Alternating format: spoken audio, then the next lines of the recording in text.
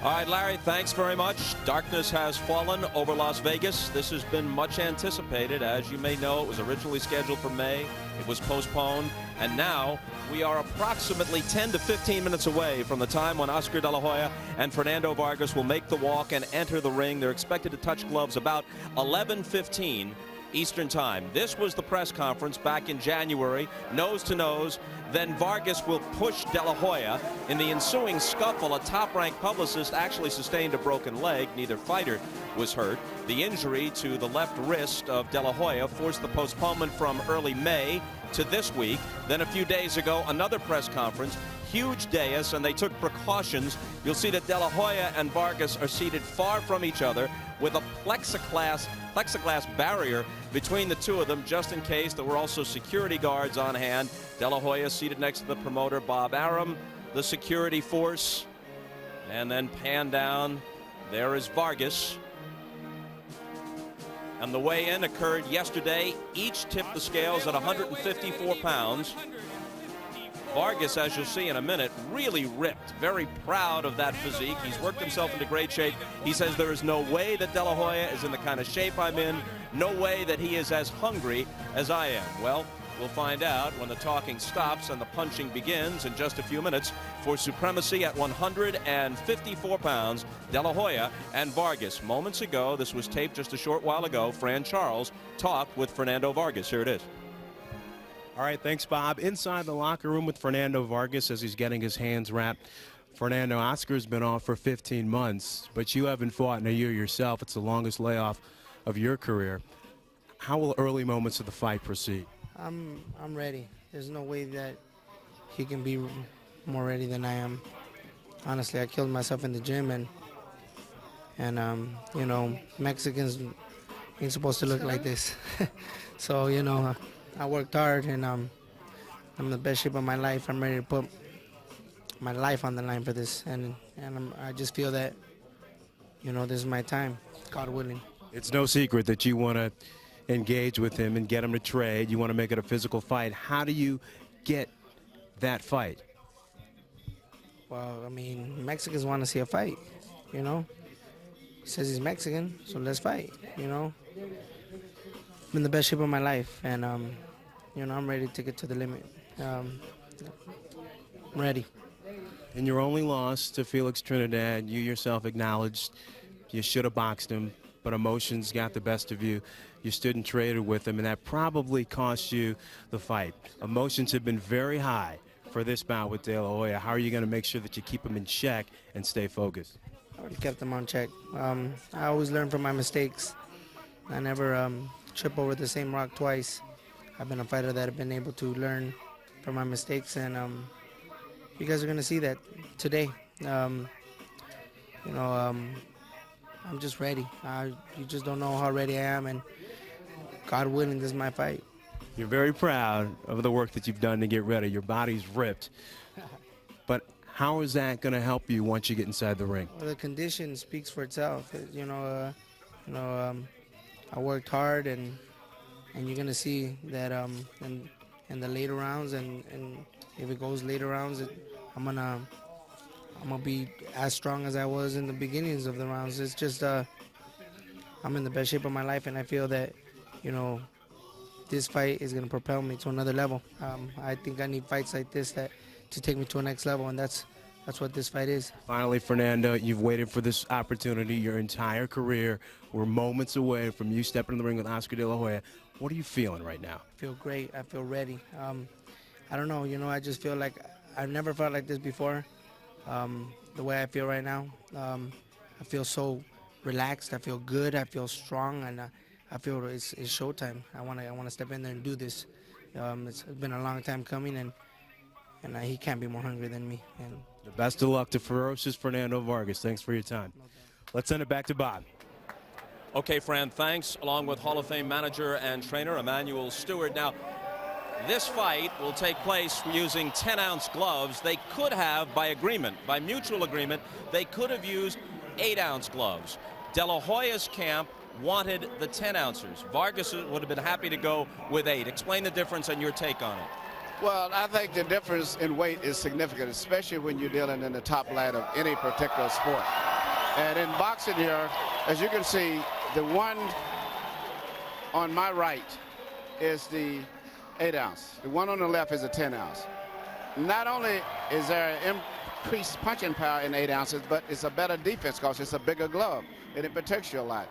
Considering the fact that before 1962, all championship fights used to be in 6-ounce gloves, including heavyweight championship fights. I think possibly the fact that Oscar wanted the larger gloves may be reflective of the fact that he still may be concerned about his hand injuries and possibly about the fact that maybe Vargas may be a bigger puncher. You know, Vargas said there's no question that De La Hoya was concerned about blunting the supposedly superior punching power of Vargas. On the other hand, Vargas had this take. He said if De La Hoya is supposed to have the greater hand speed, maybe the extra couple of ounces will reduce that hand speed. Either way, says Vargas, I don't care, just let me at him. Now, we also attempted to talk with Oscar De La Hoya, who is normally extremely cooperative. He declined our interview request. However, our microphones were there when the referee for the main event tonight, Joe Cortez, gave his instructions to the Golden Boy, Oscar De La Hoya.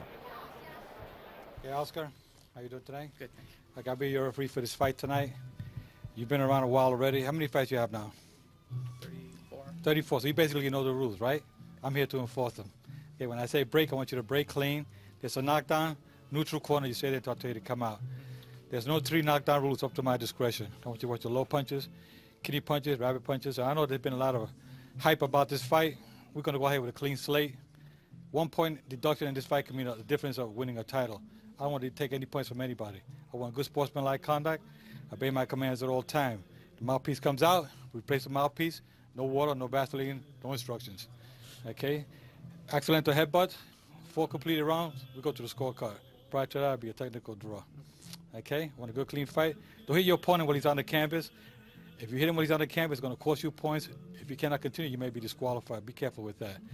I don't want any retaliation. If he does something to you, let me take matters into my hand. I'll handle that, okay? Because if you retaliate, it may cost you points. Okay? Any questions, sir? That sounds good. Okay, good luck to you. God bless. All right, just moments away now. Bad blood, that's the way it's been billed. That's what the tickets say. That's what this particular handout listing the undercard says. Bad blood, T-shirts being sold in the hotel lobby bearing the fighters' faces and the inscription bad blood. Well, some of the harshest feuds seem to start from trivial circumstances. The best we can gather is that Vargas, who had idolized De La Hoya, felt that Oscar gave him short shrift when they first met years ago. Then one day, the young Fernando Vargas was doing his daily road work in Big Bear, California, and slipped into a snowbank. Big man on campus Oscar De La Hoya was also out running, happened upon the scene, and according to Vargas's account, found Fernando's pratfall humorous and laughed at him, deeply wounding the youngster who from that point viewed his one-time idol with contempt. For his part, De La Hoya says he has no recollection of the incident. Clearly, his feelings about all this are less intense than Vargas's, although De La Hoya has said he thinks that Vargas, like Mike Tyson, represents a thuggish element in boxing that gives the sport a bad name. Yesterday, I asked De La Hoya whether he thinks Vargas truly hates him. The Golden Boy said that Vargas's public comments might well be just for effect, designed to get under Oscar's skin and to hype the fight. But an hour later, when I put the same question to Vargas, he minced no words, said, Fernando, the animosity is very real, and after I beat him, I'll remind him of why I feel the way I do. Whatever it is between these two, they've been pointing towards this moment for years. Tonight, 2 bitter rivals square off in one of the most highly anticipated matchups in years. The boxing world has waited almost a decade for Oscar De La Hoya and Fernando Vargas to put their public animosity aside and settle their differences inside the ring. Their genuine distaste for each other was evident as soon as the fight was announced. The planned May 4th date was pushed back when De La Hoya injured his left wrist during sparring. But the postponement didn't calm the hyped-up combatants. Put everything that's necessary inside myself to get myself prepared physically, mentally, and spiritually to beat him, to knock him out. He's uncontrollable. He's so angry inside that, I want to make sure that inside that ring he goes in like a madman. De La Hoya and Vargas took different paths getting here, but neither career would be complete without tonight's fight. Oscar De La Hoya, when we do fight, you know, it's going to be history. And so the wait is over. Moments from now, Oscar De La Hoya and Fernando Vargas will enter the ring, and their rivalry will move from a war of words to the battle that will truly decide the issue. De La Hoya Vargas, next.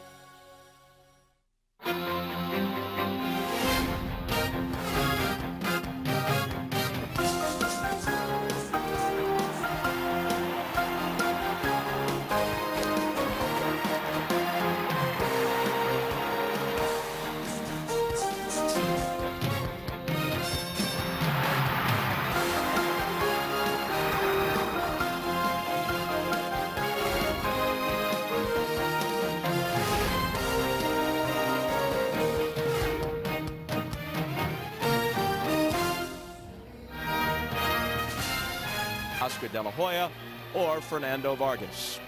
Outside of Lewis Tyson, this is the most anticipated fight of the year, and it figures to be a lot more competitive than Lewis Tyson was. Moments from now, Oscar De La Hoya and Fernando Vargas. A pair of Mexican-Americans, both Southern Californians, both former Olympians, both champions at 154 pounds, both professing dislike for the other, will finally meet in the ring. Among those on hand, Evander Holyfield, who continues to campaign at age 39. Sugar Ray Leonard, it took a whole long time for him to get it out of his system. Now just a spectator. John Ruiz, who holds a heavyweight belt and is rumored to be thinking about a fight with Roy Jones Jr., who would move up in weight to do it, move up by quite a bit. The Hitman, Tommy Hearns. And the man generally regarded as the world's best featherweight, Marco Antonio Barrera, in the crowd tonight. Emmanuel Stewart is here. Well, we got to look at one of your old charges from the Kronk Gym in Detroit. Thomas Hitman Hearns, when he moved up in weight, he retained a whole lot of wallop. There's a question about whether Oscar De La Hoya does the same. That's a serious question that the whole boxing game is right now considering. Tommy went through 6 weight division. He went from a welterweight, junior middleweight, super middleweight, light heavyweight, and cruiserweight, and still was a knockout puncher. I think Oscar's biggest problem is the fact the way that he's training, he's not punching all the way through with his punches now, focusing more on defensive tactics and speed for the most part. And then you got to look at Oscar's really a small bone person too. I think he only wears about an 8 or 8.5 shoe as compared to Fernando Vargas and the other guys. So by nature, he's not really a heavy bone man anyway. We discussed this earlier in our pay-per-view telecast, but many viewers are probably just joining us as we move closer to the main event. So I'll pose the question to you again. 3 fights ago, Fernando Vargas displayed great courage, but lost, and lost convincingly, a TKO in the 12th to Felix Trinidad, and he went down 5 times in the process. So though Vargas is only 24, young and strong, there are a number of people who think that that fight took something out of him. Personally, I don't think it's just a guess. We'll find out tonight. Everyone is different. You look at Joe Louis, he took a terrific long beating when he fought Max Mellon the first time and was knocked out in the 11th round. Didn't suffer anything from it. And even Roberto Duran, one of the most brutal knockouts probably in boxing history, Thomas Hearns, never was knocked out since then. He went on to beat Iran Barkley and a lot of other guys. Everybody's body is different. And I personally feel that Fernando, being a young guy, has recuperated from that, and I think it's not going to have a lingering effect, but we will find out later on tonight. We know what Oscar De La Hoya says that his motivation is. Huge purse for him tonight, 14 million guaranteed, could well approach 20 million, but he's a millionaire already 100 times over. It's about his place in history. He'd like to win this one, then set the stage for a rematch with Sugar Shane Mosley. He's hoping that Felix Trinidad will consider coming out of retirement. Trinidad steadfastly says he won't, but perhaps a huge money fight with De La Hoya would be the lure. And then there's even talk about De La Hoya against Bernard Hopkins. Now, all that is fine in theory, but there are some who say at age 29, with all he's accomplished, he can't possibly have the same motivation here as Fernando Vargas will bring into this ring. That's a fact. You know, Oscar De La Hoya started boxing at the age of 5, had an unbelievable amateur career, went on to win the Olympics, won every kind of international title, started fighting super fights, almost his first fight as a professional fighter. And when you look at the fact that he's 29 years old, it's amazing that he's still having any type of an excitement about boxing, particularly with the money that he's made all along the way. You know, he actually told me and others over the past few months that, hey, after all, face it, it's dangerous, it's tiring. I don't like getting up early in the morning to do the road work. But I'll say this, when I spoke with him in the spring, he was much more tentative than in the days leading up to this fight. Some sort of change in his mindset happened this spring and into the summer. If you had spoken to him in March or April, you wouldn't have thought that his heart was in it at all. It's certainly changed since then. The question is how much. Well, you know, he's married now. He seems to be very happily married and spends a lot of time with his wife. I think he has a beautiful home he bought in Puerto Rico, I understand. And they're both singers, and I'm one of the few guys who really like Oscar singing. And I think it's only normal when a guy's had so much success so soon for him to want to delve into other things. But for this fight, I think he's going to come up to the level that's necessary for him to perform good. His wife, Millie, who is a pop star in Puerto Rico, was with him throughout the latter stages of training camp. Now, as an old trainer, how do you view that? Personally, I don't believe in that. I think a fighter needs to get into a Spartan-type animalistic state of mind preparing for a big fight. But everyone works different. Historically, it's been proven that for the most part, fighters should not have their wives or girlfriends around. Lastly, Floyd Mayweather Sr. is the trainer now for Oscar De La Hoya. He's gone through a succession of trainers. You were somewhere on that list. Mayweather Sr., self-proclaimed world's greatest trainer. The man is not shy. He says he has turned De La Hoya from a guy too reliant on the left into a two-handed fighter. Your view? Well, he's only been with Oscar in 2 fights, and those 2 fights have not impressed the public for the most part. He beat, I think, Arturo Gatti, who he was much physically stronger than, and had a rough fight in that, and then he went to full limit with another fighter who was not that talented. So that still remains to be seen. But the one thing I must say, Oscar is a very talented fighter anyway, regardless of me or whoever's worked with him. And he's been so responsible for the big resurgence and interest in boxing the last 8 years because he's fought everybody out there. He's fought from Cuarte and Pernell Whitaker, Shane Mosley, Trinidad, even tonight. So I give him a lot of credit for this big crowd we have here and the interest in boxing. Probably more so than any one fighter in the last 8 years. Well, no question about that. He is the biggest pay-per-view draw outside of the heavyweight division. By far the biggest non-heavyweight pay-per-view draw in history. Now, we've just gotten an update. The fighters are expected to walk into the ring in about 6 minutes from now. Let's take a look at our AOL online poll results. It was 75% in favor of De La Hoya earlier. Now it is closed up. 55% of those voting online believe that De La Hoya will win. 45% back Vargas. The line in Vegas was 12-5 for De La Hoya, 12-5. In a poll of 21 sports writers taken by the Las Vegas Review-Journal, 20 of the 21 picked De La Hoya, but you believe it's going to be a closer fight than those results would indicate. I think the people that voted online are smarter than these supposed boxing writers here. When you look at all of the guys that voted, particularly when you throw out Michael Katz's vote, which doesn't count when it comes to Oscar, I mean, everyone picked Oscar to win among the sports writers. I think 65 and 45 and those type figures are more realistic. What's your pick? It's 2 picks.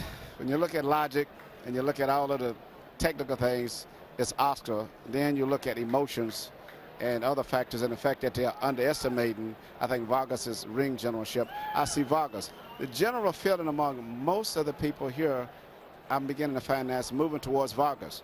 So I'm really kind of up in there. My little gut feeling keeps saying Vargas, which doesn't make sense when I know that Oscar's a better fighter. So that becomes the pick then. Vargas becomes your pick. I got to hold you to something. Okay, if you want to. All right. Okay, let's look in on Fernando Vargas. This would be the scene in his dressing room. This is live. Now about 4 minutes from the time when they will be summoned toward the ring. And that brings us to the time when we turn it over to the fellows who will call the action. They are, of course, George Foreman, Larry Merchant, and Jim Lampley. So let's go downstairs ringside. Jim? All right, thank you very much, Bob Costas. Incidentally, one note on the little delay that we have experienced here. Fernando Vargas had originally agreed that if everybody else was ready to go at 8 o'clock, he'd walk to the ring at 8 o'clock. He's managed by Shelly Finkel, same man who managed Mike Tyson, who pulled this in Memphis, where at the last minute he decided that he would wait an extra 15 minutes to walk to the ring. I guess it worked so well for Tyson, they decided to do the same thing for Vargas, and Vargas flatly stated a long time ago, or not a long time ago, but 10 minutes ago, that he wouldn't walk out until 8:15, regardless of what he had said prior to the fight. This is in keeping with the pattern where Fernando Vargas, in the days leading up to this fight, canceled a variety of media appearances, Larry Merchant, claiming that the number of interviews he did before the Trinidad fight affected his focus and hurt him in the fight. Are they dreaming? Well, it's an inconvenience, and everybody forgets it as soon as the bell rings. We know that.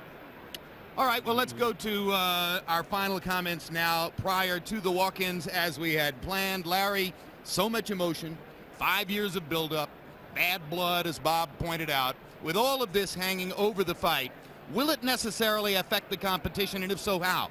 Will it produce recklessness or perhaps more caution than might be expected? Probably some of both, but before I could give you a definitive answer, Jim, I've got to decide whether this is a fight or a grand opera. For years, these two fighters have been behaving like tenors barking at each other across a stage. You're a phony. You're a thug. I die to win. I'll retire if I lose. I'll swallow the worm with my tequila. I have more hot chilies in my blood. I hate you. I hate you. The only relevant comment may have come from Oscar De La Hoya when he said that Vargas seemed to him like a celebrity stalker. Tonight, Vargas will be a celebrity stalker in the ring. And I believe, Jim, that the fight will be told on how well one fighter stalks and the other fighter deals with it. Interesting. You eliminated the little observation about sword play, huh? All right, well, I'll say it. Eventually we get to the sword play. Okay, so much for all those preliminaries, as Larry pointed out. Now we get to the main business, and it's younger, stronger, hungrier, but with a suspect chin.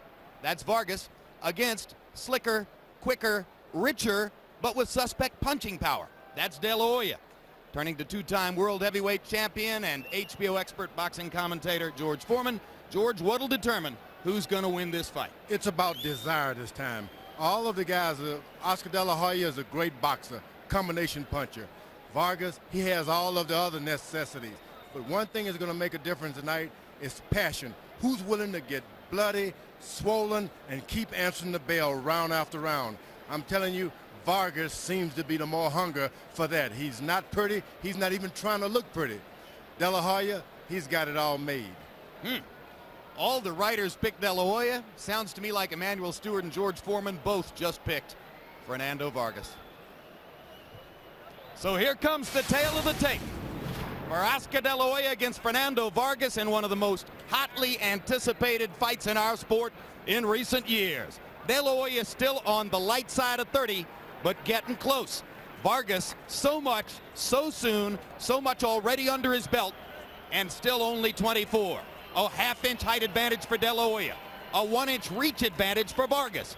They both weighed in at 154 pounds. CompuBox numbers, Larry. Now look at how they fought against common opponents. You could see the numbers are very similar, as almost identical, in fact, in the average punches per round and punches landed. Rules to the bout with our unofficial ringside scorer, Harold Letterman. The Oscar De La Hoya Fernando Vargas fight is scheduled for 12 rounds using the unified rules of the Association of Boxing Commissions. There is no 3 knockdown rule. Only the referee can stop the fight. In case the cut is caused by an accidental headbutt, we go to the scorecards after 4 rounds have been completed, and you cannot be saved by the bell in any round, including the 12th and final round. Jim. As the result of a negotiation, Fernando Vargas will be entering the ring first and will be introduced last. Why the negotiation? Because, of course, both fighters hold title belts at 154 pounds.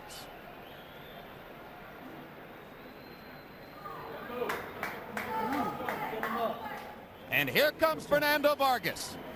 356 days out of the ring. That's a long stretch of inactivity. But hey, De La Hoya hasn't been in the ring in more than 440 days.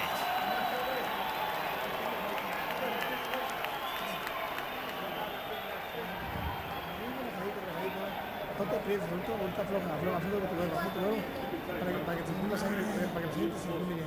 Once again, Julio Cesar Chavez at the shoulder of Vargas as he enters the ring, just as he was when Vargas came into the arena several hours ago. Chavez, as Larry Merchant pointed out, a symbol to Mexican-American and Mexican fans of Vargas's solidarity with his machismo heritage. ¡Ándale, Vargas, para que vean, cara! Hay que estar listo para partir el queso, mijo. ¡Ay! Hoy me reclamaron por venir a verte. No quieren que vuelva por aquí jamás. Dicen que si vuelvo encontraré la muerte, que por ti la vida me van a quitar. Piensan asustarme para que te deje, pero nunca nadie lo podrá lograr. Mientras tú me quieras, yo estaré presente cerca de tu casa para platicar. A mí no me asustan tipos lengua larga, que solo presumen para pantalear. Yo soy de los hombres que no temen nada. Me llamo Fernando y no me sé rajar. ¡Ay, ay! Échale. Y arriba Fernando, como no, que no se queda. ¡Ay! Si tus pretendientes quieren que me muera, yo te lo aseguro que los borraré. Yo seré tu dueño, aunque no lo quieras, y el que se atraviese te lo quitaré. Mañana sin falta que estaré presente, ya sabes la hora, no me quedes mal de lo que te dije, no tengas pendiente, solo Dios la vida me puede quitar. A mí no me asusta niños de larga, que solo presumen para pantalear. Yo soy de los An explosive eruption in the arena as Vargas emerges into the ring. His deeply loyal and boisterous crowd of followers expressing their approval.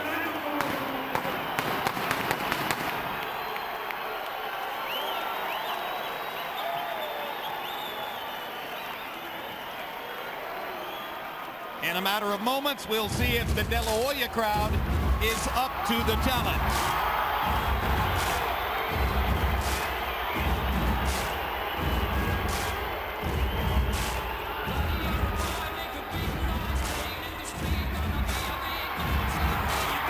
Of all the fighters in boxing right now, only Lennox Lewis is as familiar as is Oscar De La Hoya with this kind of atmosphere, this kind of high-stakes fight.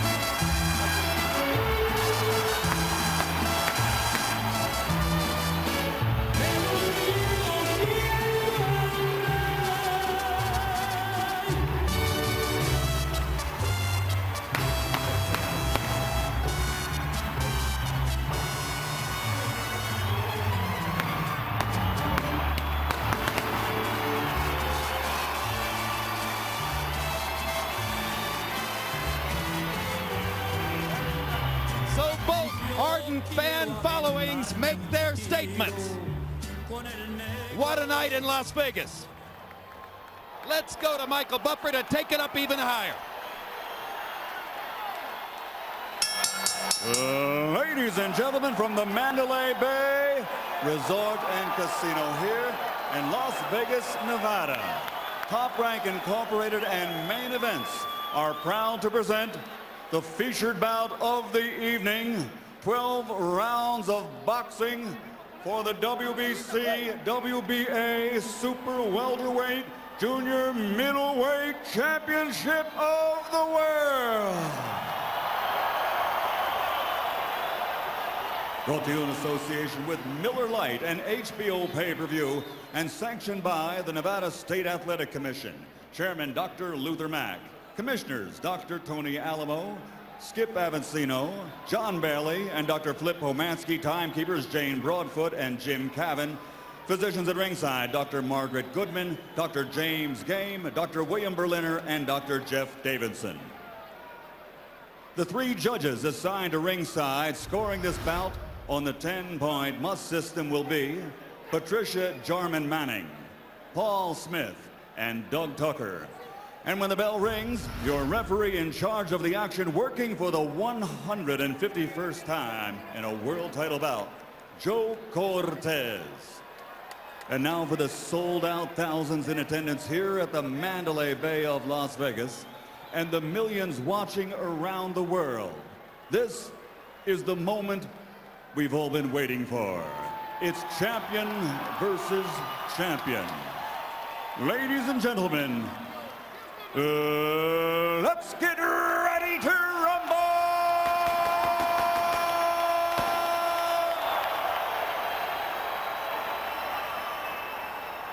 Introducing first, fighting out of the red corner, wearing blue and red, and officially weighing 154 pounds. Since capturing Olympic gold in 1992, he now has a professional record of 34 victories, including 27 knockouts with only 2 defeats, and 6 world titles. From East Los Angeles, California, the 6-time world champion, the reigning, defending WBC Super Welterweight Champion of the World, the Golden Boy, Oscar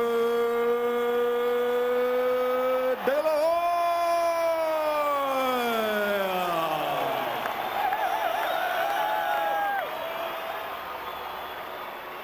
And his opponent across the ring, fighting out of the blue corner, wearing white, and his official weight is also 154 pounds.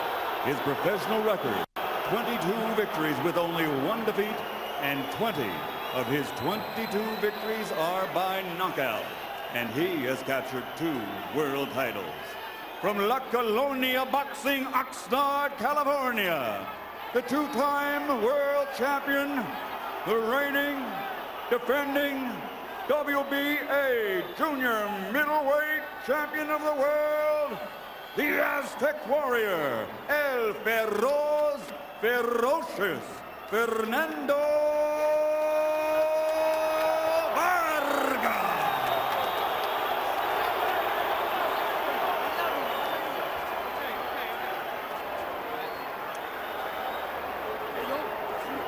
All right, gentlemen.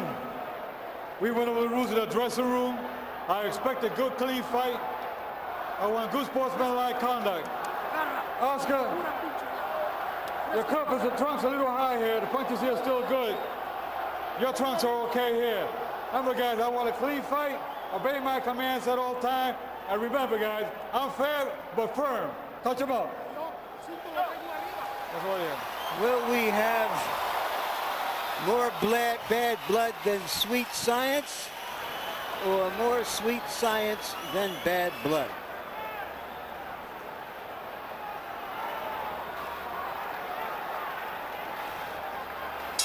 Vargas relatively dry after warming up in his dressing room, but now apparently some of the sweat evaporating in the arena. De La Hoya very wet, seemingly very well warmed up as round 1 begins.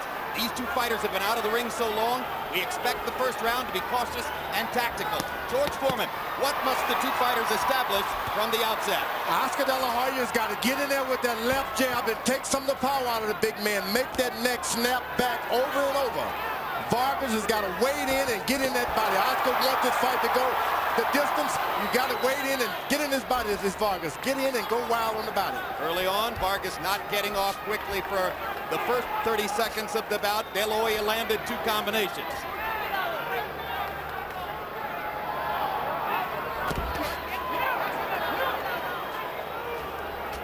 De La Hoya going to the body and slipping the counters.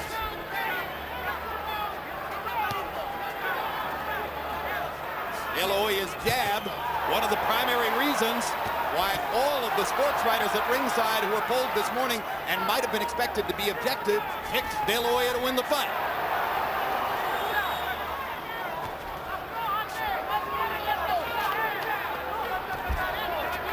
These guys got shoulders and forearms like super middleweights and light heavyweight. They don't, up top, they look like big men.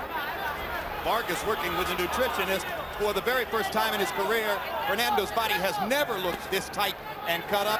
De La Hoya has gotten stronger as he has filled out in weight. Crowd chanting for Vargas, but early on, it's been De La Hoya dominating the action. Come on, get the left out. So far, De La Hoya consistently beating Vargas to the punch. Focusing his jab on De La Hoya, or on Vargas's body, and now Vargas lands a big left hook counter upstairs. Drives De La Hoya into the ropes. De La Hoya close to being knocked down there, ducks and slips, gets away. And already you see the difference. When Vargas has De La Hoya against the ropes, it's a different fight. Big right hand by Vargas. De La Hoya slips that one. Oscar De La Hoya was stunned by the counter left hook.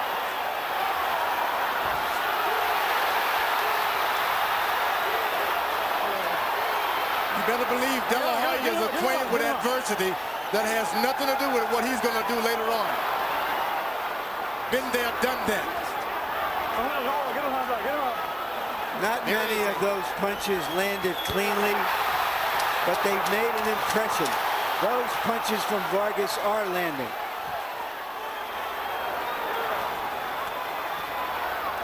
What an instructive first round.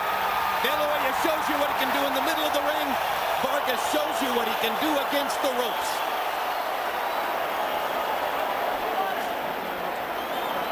Runner! Runner!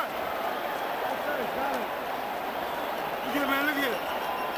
You easy win around. You let him get back in the fight.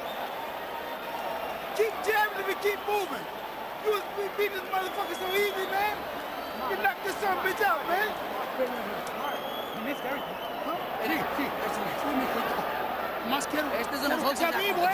This is out. He's out. Be quick. We got him now. In his corner, De La Hoya said, all of the punches missed me. That one didn't hit him. They hit him on the shoulder. These were not clean punches, but they made an impression. Look at Later in the round, those two left hands made an impression on De La Hoya. CompuBox numbers in round one. Vargas with the late rally, 24 out of 51. De La Hoya, 18 out of 45. Most of De La Hoya's connects the jab. Most of Vargas's connects power punches. De La Hoya going back to the body and whacking Vargas with the right hand.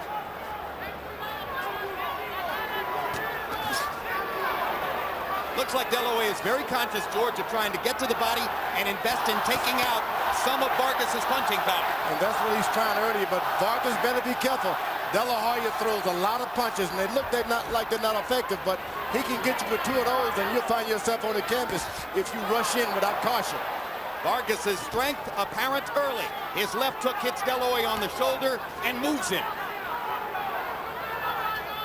De La Hoya's got to get that jab working. If he doesn't, it's just not going to be much of a fight. You've got to snap that head back if you're De La Hoya. With the head. Now Oscar lifts the jab back up to the head. And again, goes back to beating Vargas to the punch in the center of the ring. Vargas's left hook blocked by De La Hoya that time. Blocked, but it was more than effective because it jarred his body a little bit. Sometimes when you're a puncher, you want the guy to block it so that you can hit the glove and the head at the same time. Shake him up. It'll be interesting to see if that works for Vargas. Oscar's very adept at catching punches with his glove.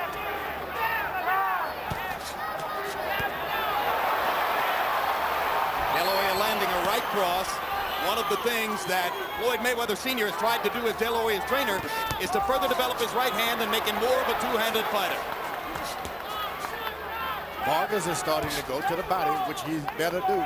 Oscar picked a 10-ounce glove, so he's intending for this fight to go 10 rounds. This entire round so far has been fought in the center of the ring. For 12 rounds, I'm sorry. Where De La Hoya has his best chance.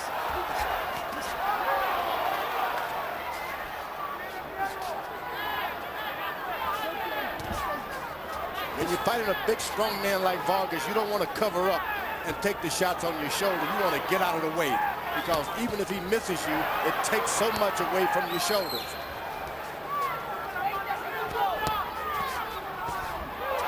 De La Hoya may have drawn blood from the nose of Vargas. Vargas now getting desperate to get to him and get him on the ropes again as he did in the first round. And you saw the apprehension of De La Hoya when he momentarily found himself in the corner. Already he knows how dangerous it will be to have his back against the ropes when fighting Fernando Vargas. Vargas pulls him to the ropes, as if to say, I'm going to take you there, whether you want to go or not.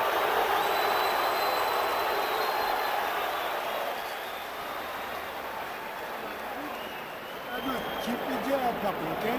Keep your jab pumping. That's it, I want you to sometimes, like I told you, 2 or 3 good combinations in a round. To win the whole round for you, and you're using your jab too, okay? Run 2 or 3 good combinations. Get right back to your jab. Use it from there. Put some pressure on him, but very intelligently. Don't let him surprise you. That's all we're looking for. Yeah. Your hands up.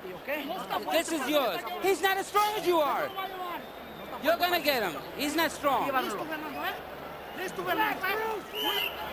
Vargas must find an intelligent and effective way to pressure De La Hoya. That isn't it.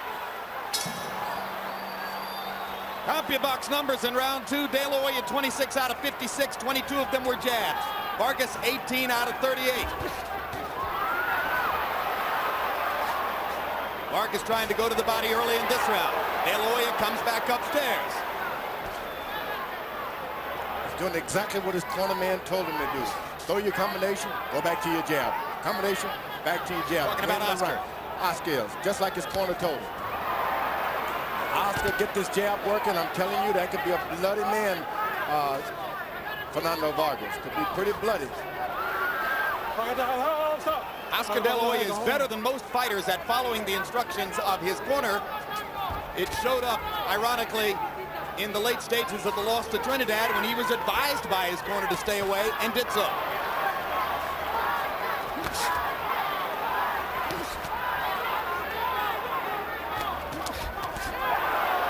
Hook lands for Vargas. De La Hoya has been outboxing him in the center of the ring again, up until that moment.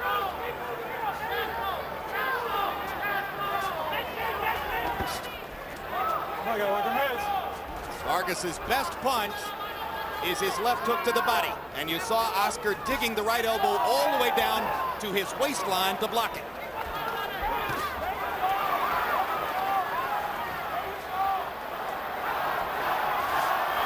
Oscar's carrying that left hand pretty low,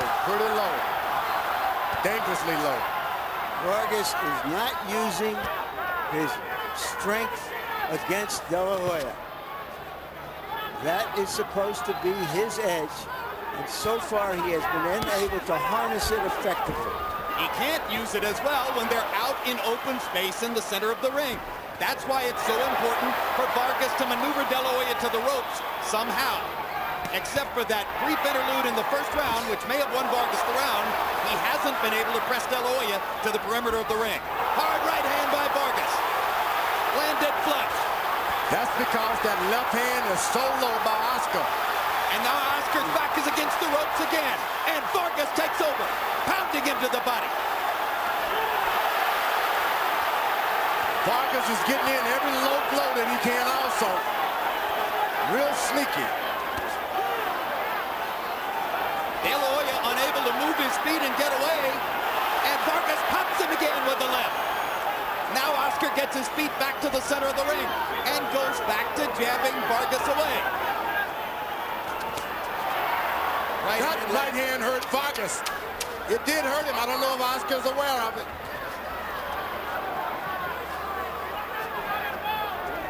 Well, the power deficit may prevent Oscar from believing that he's hurt Vargas.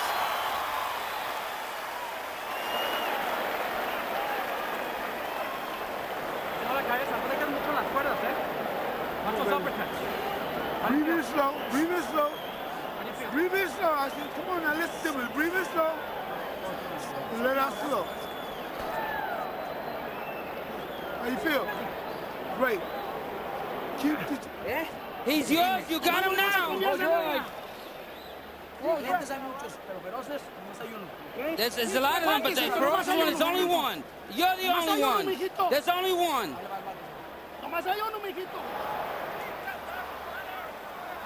Has Vargas found an effective way now to pressure De La Hoya? He was effective there. That was a borderline punch. Remember that the referee said that De La Hoya had his trunks a little high. CompuBox numbers in 3, big for Vargas. 32 out of 55 to 17 out of 56 for De La Hoya. 22 to 3 edge in power connects in that round for Vargas. De La Hoya lands another jab. Vargas lands in return. Harold, how do you have it through 3? Okay, Jim, 2 rounds to 1, 29-28, ferocious Fernando Vargas. Jim, that cup of Oscar De La Hoya's, it's just too high. The defining line for a low blow is the belly button. That cup is way above the belly button. So Cortez has got to imagine what a low blow is. But the truth of the matter is when Vargas lands to the body, he can't hurt Oscar because he's hitting the cup. It takes away the advantage of a body blow. The one thing Oscar De La Hoya's trainer better beware of, when they go to the corner, that's stressful rounds. You shouldn't be shouting so much instructions, but let your men rest.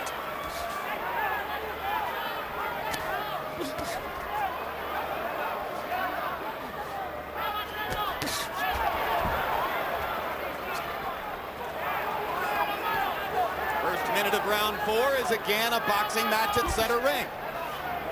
Vargas, if he's able to come back with that left hook after those right hands, we could have a knockdown here. He's just not able to get that left hook back after delivery of the right hand. If there's any surprise in the early going, it is how dominant Vargas appears to be when they get to the ropes. De La Hoya just not able to handle Vargas' strength when they're at the perimeter of the ring. As long as his feet are moving, he's fine. Oscar is one Olympian. This guy is accustomed to adversity. You're not just going to beat him by whipping him one round. You got to constantly beat him if you're Vargas. Good left uppercut by De La Hoya. Gets in a punch to the body as well. Big right hand by De La Hoya. Vargas pops De La Hoya with a left jab. Crowd's getting their money's worth in Vegas.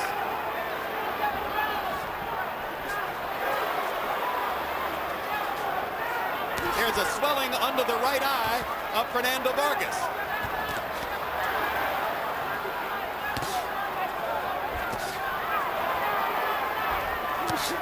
Hard right hand on the ear of De La Hoya by Vargas. Vargas is starting to challenge Oscar's left jab with his own left jab. You want to make certain too much damage has not already been done by Oscar's left jab. De La Hoya precariously close to the ropes for a moment there. Pirouetted away. Hits Vargas with a sharp right hand. And De La Hoya succeeds in fighting all of round 4 away from the ropes.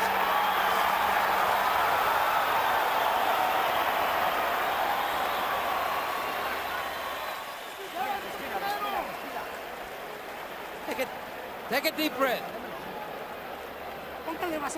Put some Vaseline on him. Hey, you gotta block it. Use your left and keep your hands high. If you throw first, he's gonna block it, so you gotta be in the offense. Gonna give me another round like this? Okay, baby. You're looking good. You want that jab popping? Run them combinations off, okay? Round coming up. Which one? You're looking good. Start ripping the punches off all together. Walk him down. Huh? Walk him down this round. Close up. Move your head, seconds out, okay? boss. Good, baby. You're looking good. So far, more sweet science than bad blood in a very good boxing match. Terrific. CompuBox totals through 4. De La Hoya 91 out of 219. Vargas 88 out of 185. In other words, it's very close. De La Hoya with a big edge in jabs. Vargas with a corresponding edge in power punches. And he rips De La Hoya with a 3-punch combination there. And Oscar gives back as good as he gets.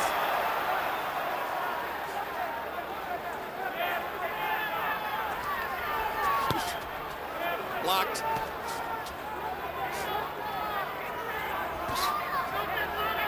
De La Hoya is settling in for the fight. Hard right hand by Vargas, and the left hook lands behind it. Vargas starting to do more damage in the center of the ring. De La Hoya's got to be the aggressor and try to keep him away with the jab. Good combination by De La Hoya, and he hurt Vargas with that left hook. Both guys are hurting one another round after round. It's the one who's more effective in the body is going to withstand this.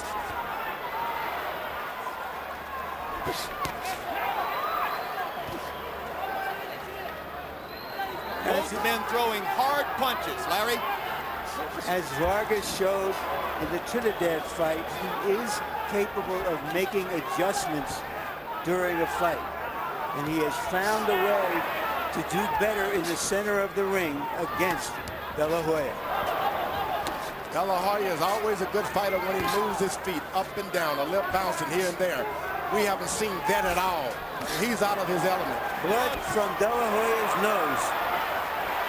And Vargas gets him into the corner. De La Hoya ducking and slipping. The Vargas crowd comes out of their seats as momentarily Oscar was trapped in the corner, but he slipped away. What maneuverability by Oscar De La Hoya to be able to get out of the corner. He's taking a lot of shots, and that's not good. Now we understand why he wanted the 10-ounce gloves. Yeah, because Vargas's seemingly supernatural strength for a 154-pounder is showing up punch by punch.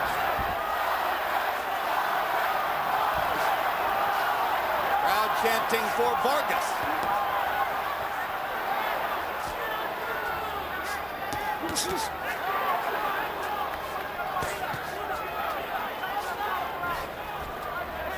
Oscar better get his feet moving. Just can't slug it out with this guy.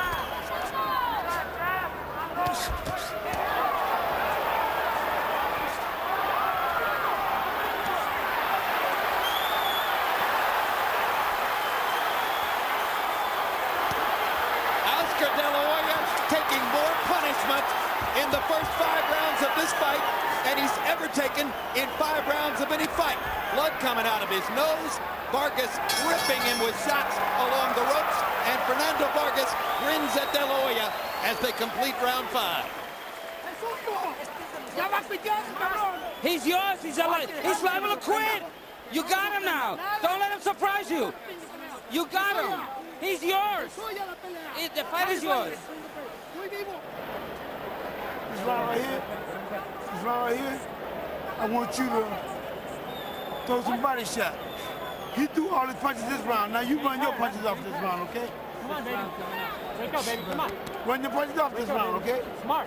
Don't let too much on the ropes, huh? Stay off the ropes now, okay? You let him punch for a while. Now you start working his body. Take some of the starch out of him, okay? Along the ropes, Oscar De La Hoya has been at a distinct advantage. Disadvantage.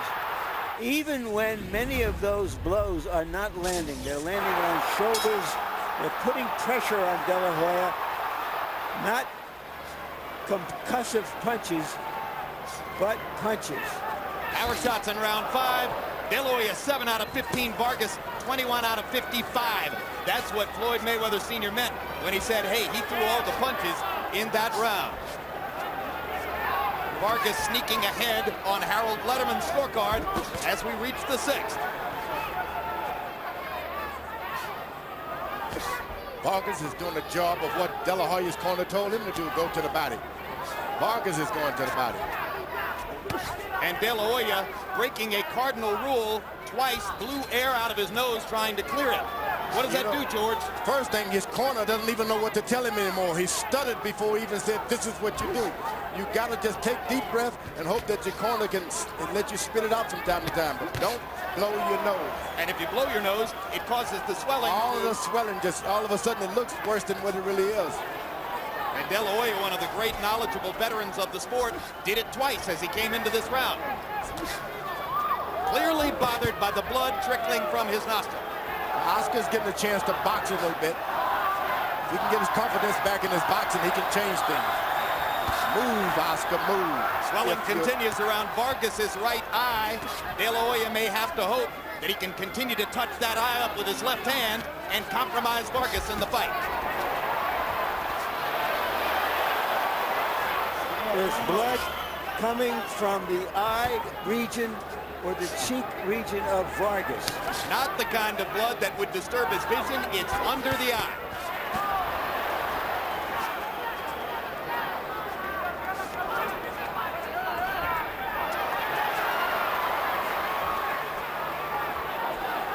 This is something that Oscar's corners didn't tell him to do, was the box. He's going to have to go back to the days when he had good trainers other than his present one and go back on his skills. You really are on Mayweather's case tonight, George. No, I'm on the, really, it's a compliment to the trainers that Oscar De La Hoya's had in his career. He's not just a one-dimension fighter. Why play that game of standing in the ropes, playing body shots, box the man? Right cross landed flush for De La Hoya. He's having a pretty decent round, and just as the blood from his nose may have influenced judges in the last round, the blood on Vargas's cheek may influence judges in this round. Vargas trying to get to the body. De La Hoya armed him away.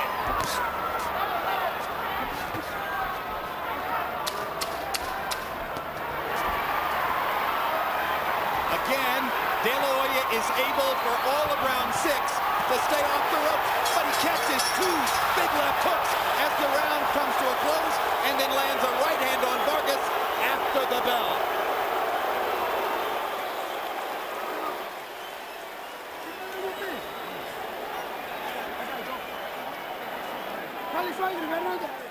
He's got a little blood, that's it.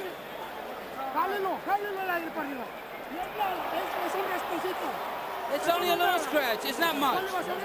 Put some Vaseline on there. You're stronger than his. Your punches hurt him a lot. You're getting to him. Put some Vaseline on him. End of the round. De La Hoya feeling good about having a good round through that punch after the bell. Here you see it in regular speed.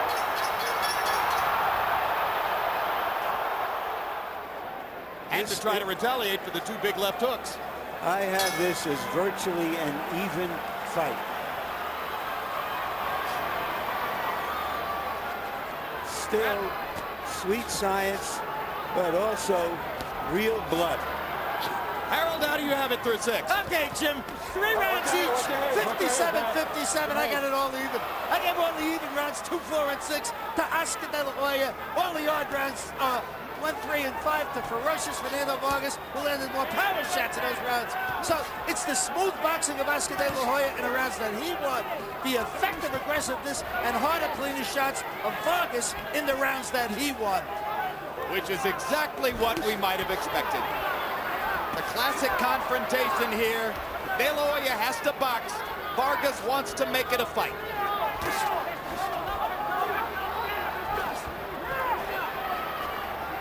Oh, Oscar's bouncing and looking good now. He can keep this up all night. Things can get better for him if he does. Can he keep it up all night? He's got to be able to do it. That's the big question.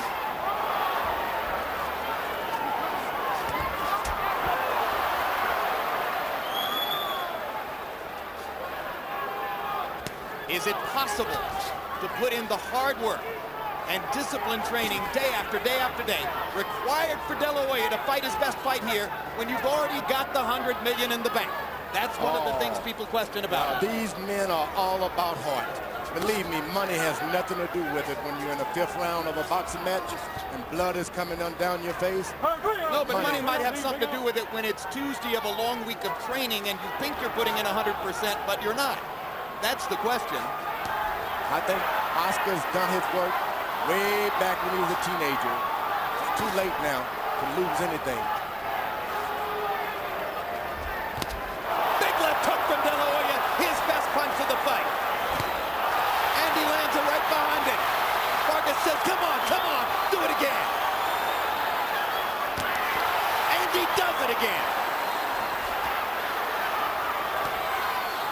And maybe the supposed absence of power visible there as De La Hoya landed 3 flush shots and Vargas keeps coming. De La Hoya understands now that he is the superior boxer. And no matter what happened, he can always revert back to his boxing. That'll keep him in there with this kid he's thinking.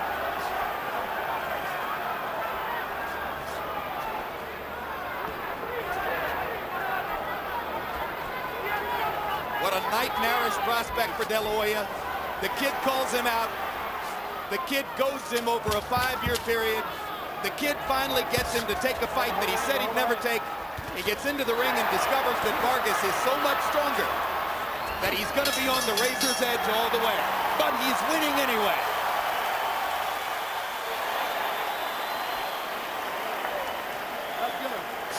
How you feel? Okay, I need you to run some combinations up, man, because right now, this man out of it, man. You run them combinations 3 or 4 times from the body to the head. Give me 2 good combinations in the flurries, okay? Don't just stay in the middle of the ring. When you stay there, you're in trouble. You need to bring him to the ropes and then hit him. Take him to the ropes. Being the stronger man doesn't mean anything when you get hit with clean, quick punches that De La Hoya landed in that round. One with the left and one with the right. CompuBox numbers in round 7. De La Hoya 23 out of 64. Vargas's punch count dropped to 45. He only threw 42 in the last round. So Vargas's pace has slowed in the last 2 rounds. De La Hoya has picked it up. And as he stays in the center of the ring and outboxes Vargas, momentarily he commands the fight.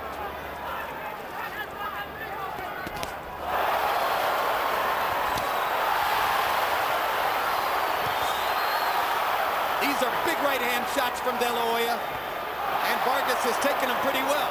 But they underline De La Hoya's dominance when they're in the middle of the ring boxing.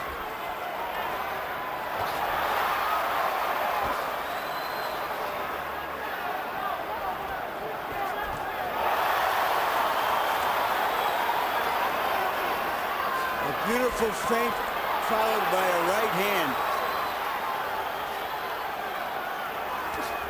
Low blow by Vargas. Joe Cortez says keep him up.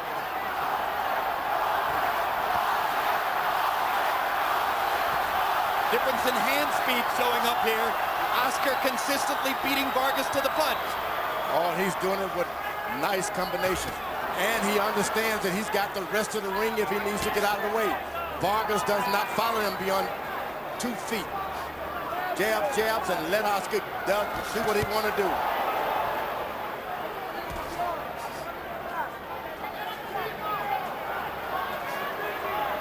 What a brave performance by Oscar De La Hoya. Clearly outgunned in power. He's finding a way to fight his fight. It's the night of the left jab now by Oscar. And his boxing ability. It almost looks as though Vargas is a little confused at the moment. He can't figure out a way to get back as Oscar imposes his boxing skills on him. Vargas had it going so well through the 5th. Now De La Hoya in the 6th and 7th and 8th takes command, and his right hand is better than it's ever been before. We talked earlier about Vargas making adjustments let's give Oscar credit now for him making adjustments. He did it with what he had gotten long ago. Boxing ability and a good advice.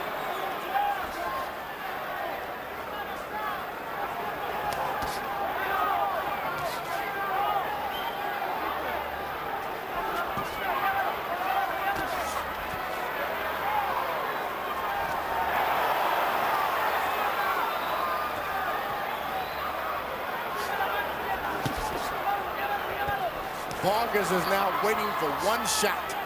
You can't do that with a man who's got a left jab. The drama builds in Vegas. We're 2/3 of the way through, and Oscar De La Hoya increasingly takes over with his jab in his right hand. It's nervous time in the Vargas corner.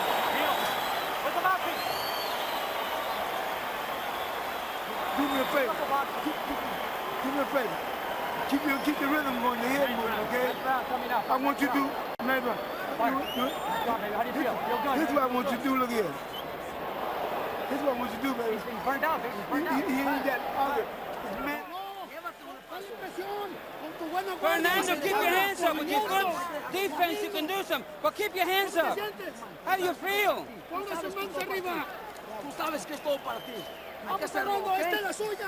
As far as Oscar De La Hoya is concerned, what he sees on Vargas's face is good blood. Blood from clean shots like that.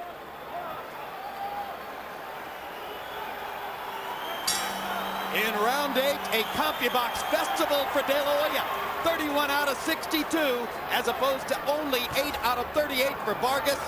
A De La Hoya 15-5 edge in Power Connects. The momentum belongs entirely to Oscar De La Hoya as we come to round 9.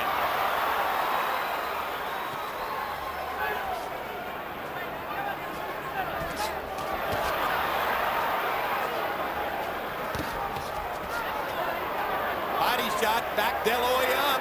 He gets precariously close to the ropes, but Vargas can't drive him there. Vargas has lost a lot of his steam because those left jab snapped his head back, and there's not a lot of energy in his back now. And it kept him from getting to De La Hoya's body, which he had begun to do earlier in the fight. And now Vargas begins to come back and shows the determination that has defined his career. Vargas ripping De La Hoya to the body again. And it's all happening because Vargas gets close. When he's close, he takes over.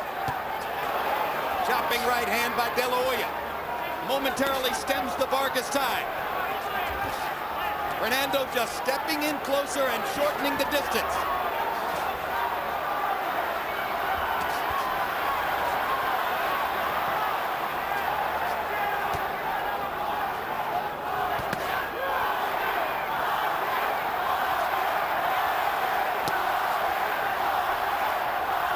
Oscar De La Hoya with far greater experience in the late rounds of big fights than Vargas.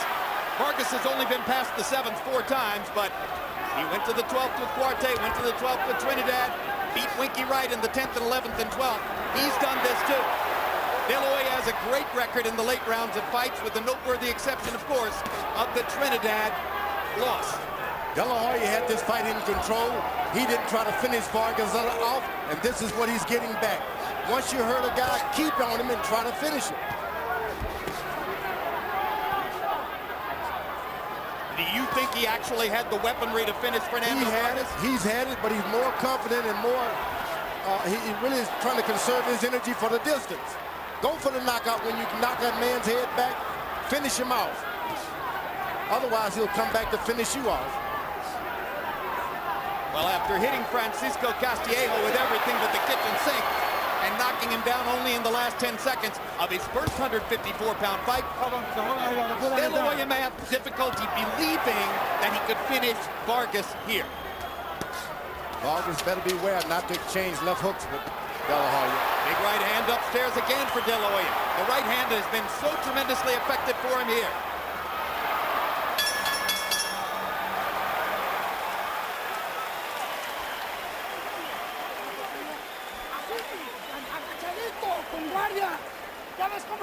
See? You see how you won that round? That's what you got to do. Give him some water. Give him more water. Come on, let's get water in there. That's what you did. That's it. As you did this round, that's what you got to do. Bob and weave and block his punches. How do you feel? I want a good boxing round this time, okay? You still got legs. This man ain't got nothing. He fighting on instinct. He ain't got nothing. Keep doing like you're doing us, okay? And you ain't got to lay up on the ropes and stuff no more. Just whoop his ass from outside, okay? After slow going in the 6th, 7th, and 8th rounds, 45 punches thrown, 42 punches thrown, 38 punches thrown, Vargas goes back up to 76th in the 9th round, and as a result, the fight changes again. Harold, how do you have it scored through 9? Okay, Jim, 5 rounds to 4, 86, 85, a very narrow 1-point margin for Oscar De La Hoya. Jim, I gotta tell you something, Fernando Vargas, when he moves his hands like he did in round 9, certainly is going to win these rounds. But like you called it, round 6, 7, and 8, easy for Oscar De La Hoya, runs beautifully.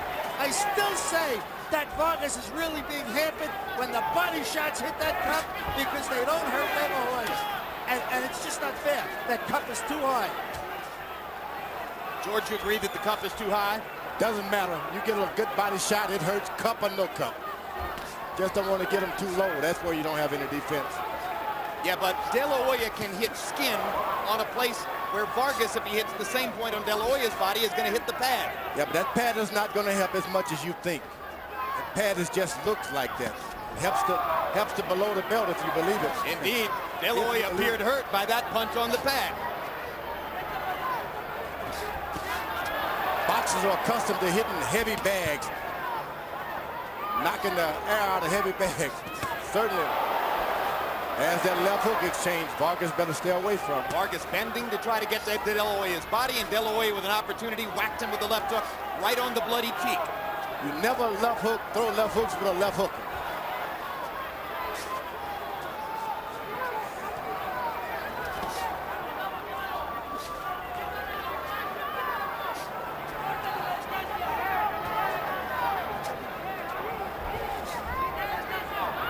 Slows again as Vargas seems conscious of trying to get in something big. What an amazing job De La Hoya has done of staying off the ropes. Ever since round 3. Early in the fight, it appeared that if Vargas could just get De La Hoya to the ropes enough, he was going to knock him out. Instead, De La Hoya has, in large part, given him a boxing lesson in the center of the ring.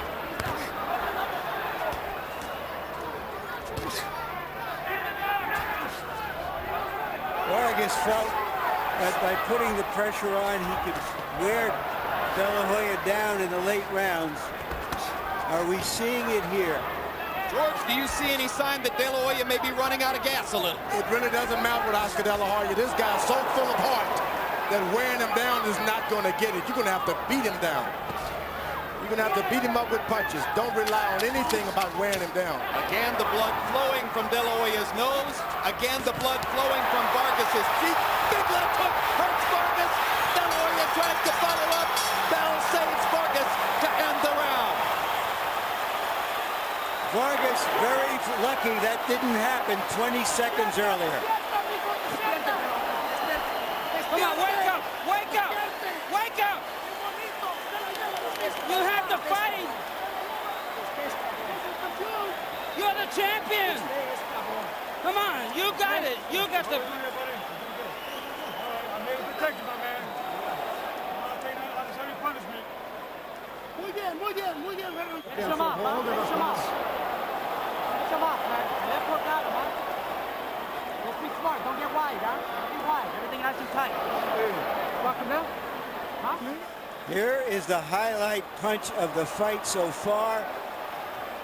A left hook following a combination to the body that staggers Vargas, who is still blinking in the corner. Now Vargas has got to have the instinct now to back up a little bit Make Oscar come to him. Don't give him any more of those opportunities. Back up and clear your head. You know, if you saw Oscar De La Hoya as a teenager, as some of us did, the first thing you would have said was, my God, what a left hook. 15 years later, it's still true.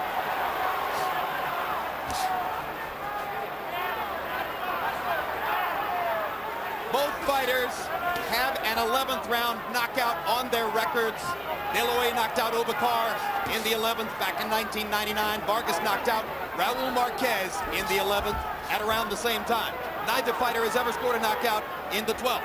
Why hasn't De La Hoya pressed the advantage?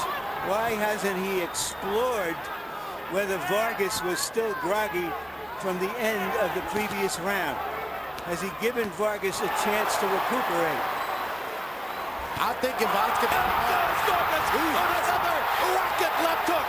A sensational left hook by De La Hoya. Again, he set it up with body punches. Vargas jumps up off the canvas. Let me at him. There's so much desire in Fernando Vargas. But a better fighter's beating him now. This would be the most satisfying moment of Oscar De La Hoya's career if he could finish this guy. If he could make Fernando Vargas eat his words. If he could knock him out, and he does. Oscar De La Hoya has the most satisfying, the richest, the biggest, the most emotional win of his whole career. Fernando Vargas may have had a six-pack in his stomach. He did not have a six-pack in his chin.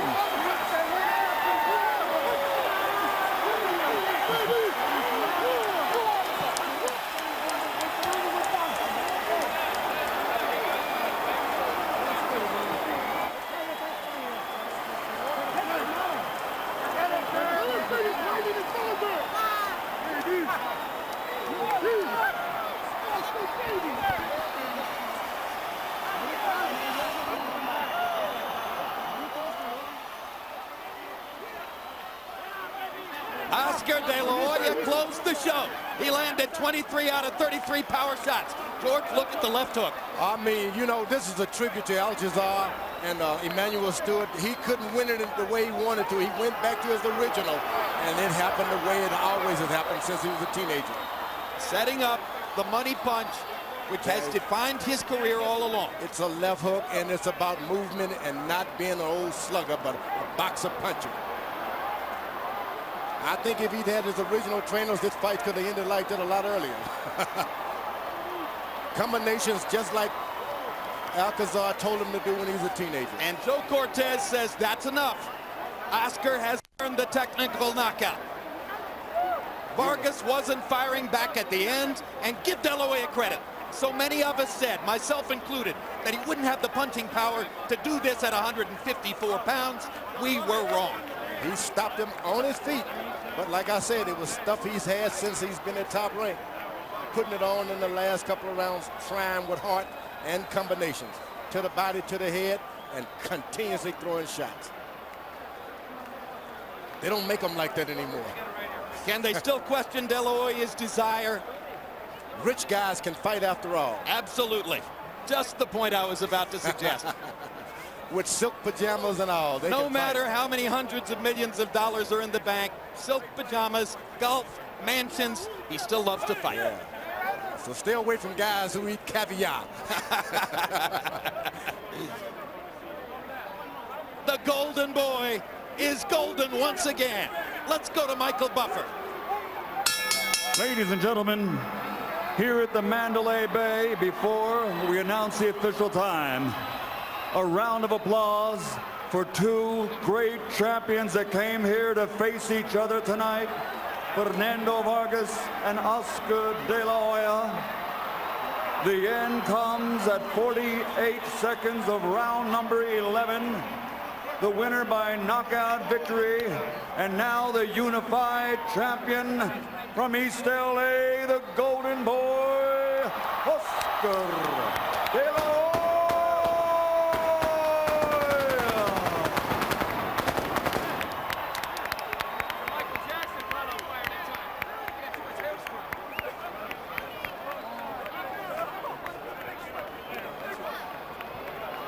Final CompuBox numbers on a great, great fight.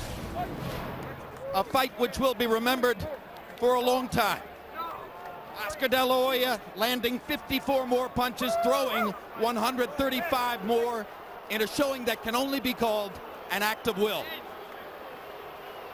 Oscar De La Hoya setting up his victory by dominating the jab category, landing 112 more jabs, throwing nearly 300 more, and landing 40% of them. Vargas had the edge numerically in power punches, but none of Vargas's power punches proved as effective as the series of left hooks that De La Hoya was able to set up for himself in those last couple of rounds, first by landing his right hand over and over, and then by going to the body. And there goes a shaken, beaten, disappointed Fernando Vargas, whose life's dream ended up with Joe Cortez waving in his face and saying, son, you've had enough. And Larry Merchant stands by with a great champion, Oscar De La Hoya. Thank you very much, Jim. Congratulations, Oscar. Did you think it was going to come to a knockout ending, or did it look like it was going to just be in a very intense boxing match as it moved along? I did feel his conditioning was wearing down a bit, and I know my conditioning is great. I felt really good, but I should have moved my head a little more, caught more jabs. He was wide open for the jab, but it's a learning process. Well, you've learned pretty well over the years, and you're never quite satisfied, even with, how does this rank among your greatest victories? It's got to rank up there. I mean, Fernando Vargas is no pushover. He's a strong puncher, but I knew I was faster. I knew I had more speed, so I can utilize my quickness and eventually catch him in the later rounds. He got you on the ropes several times. Was that distracting to you? Did you believe that he was too strong for you in there? Did you have to make adjustments? At first, I thought he was too strong for me, but when I was rolling and he was missing, I knew he was going to get tired in the later rounds. That's what it does. Remember the fight I told you, no sweat bread against Mayweather? He got him tired. He was like that, getting him tired, and then later rounds, knocked him out. When did you see him getting tired? I believe like in the 7th, even the 6th, 7th round, somewhere around there. I felt he was wearing down. What did the blood mean to you, to see him bloody like that? What is that message that sends to a fighter? I'm sorry to say, but I know it sounds brutal, but when I see blood, I want more. That's just the way it is. How satisfying is this, simply on a personal level, after being taunted and goaded for so many years by him? Oh, it feels great because all the talk he was saying, I just got fed up with it. I wasn't going to fight him, but he got under my skin. So I told everybody inside the ring, my fists are going to do the talking. What keeps Oscar De La Hoya going? You've got all the money in the world. You're married to a lovely woman. You've had so much success. Why do you keep doing this? Well, in boxing, Larry, first of all, it's my whole team.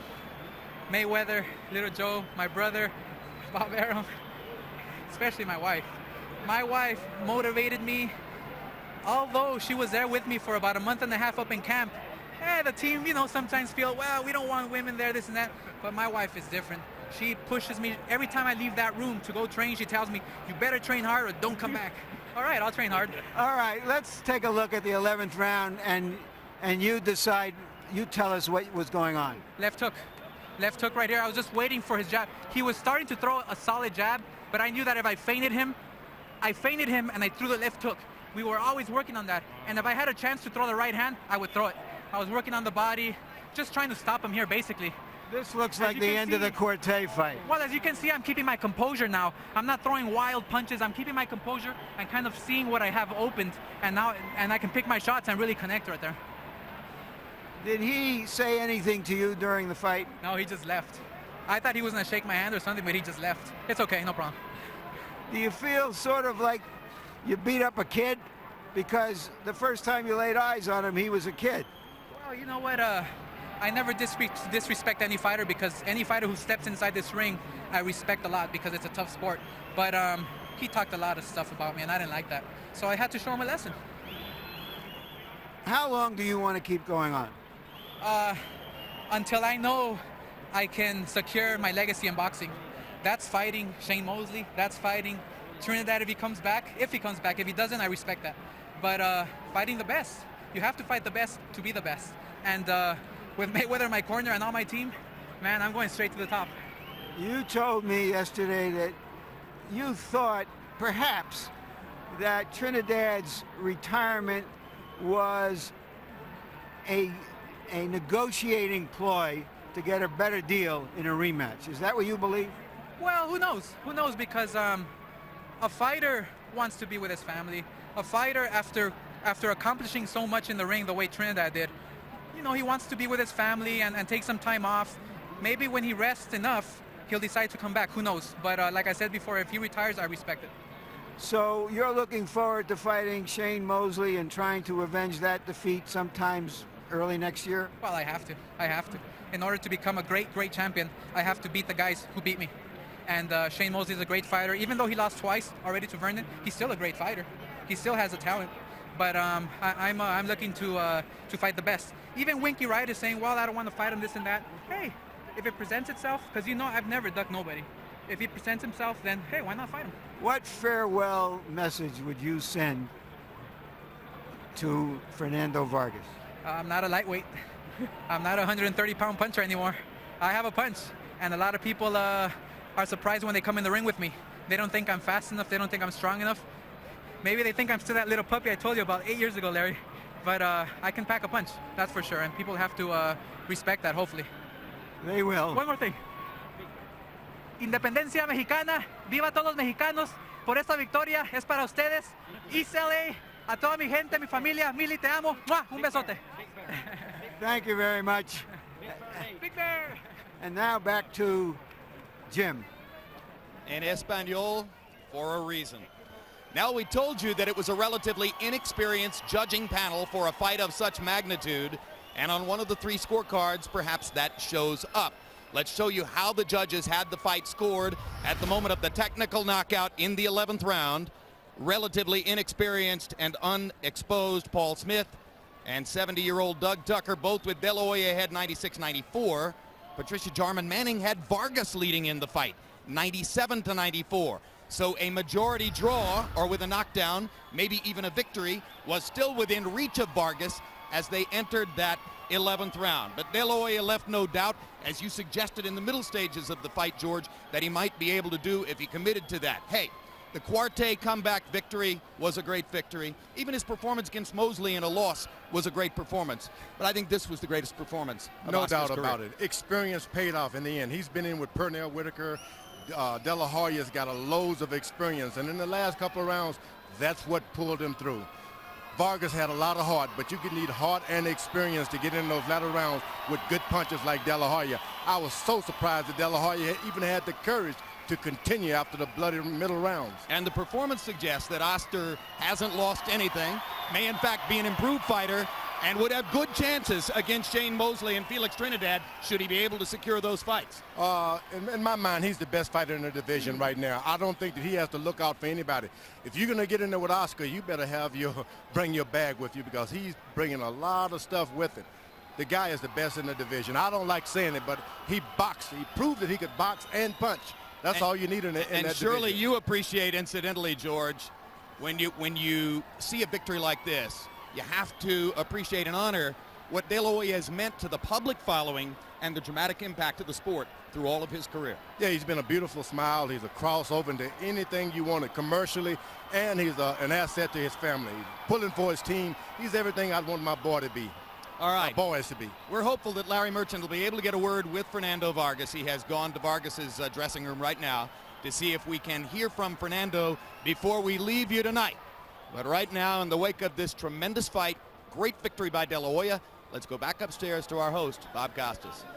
Jim, thanks very much. For the benefit of those in the audience, myself included, who are not bilingual, apparently what De La Hoya said when he began to speak in Spanish, our people downstairs tell us that he said he dedicates this victory to the Mexican people and to his wife. We know that his wife was in his corner to begin with. Some portion of the Mexican-American community was not.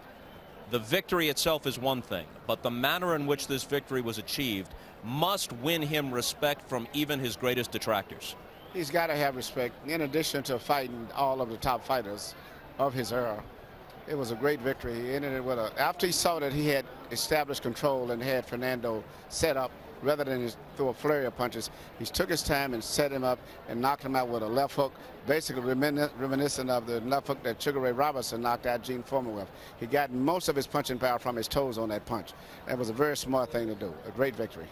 We have just been told that Fernando Vargas is headed for the hospital. We have no further report. It could be just for observation, as is often the case in situations like this. But obviously then we will not have a post-fight interview with Fernando Vargas. And it was notable, and in fact De La Hoya noted it himself, that Vargas maintained whatever animosity that is, and this must be especially galling for him, considering the level of hatred that he must feel toward De La Hoya for whatever reasons. He did not go over, even in a perfunctory fashion, didn't go over in so much as tap him on the shoulder or nod at him and acknowledge that he had been defeated. I was surprised at that. Usually there's a lot of animosity in a lot of fighters prior to the fight, but usually, especially when you have a real brutal fight like this where both guys was hurting each other, you develop respect along the way.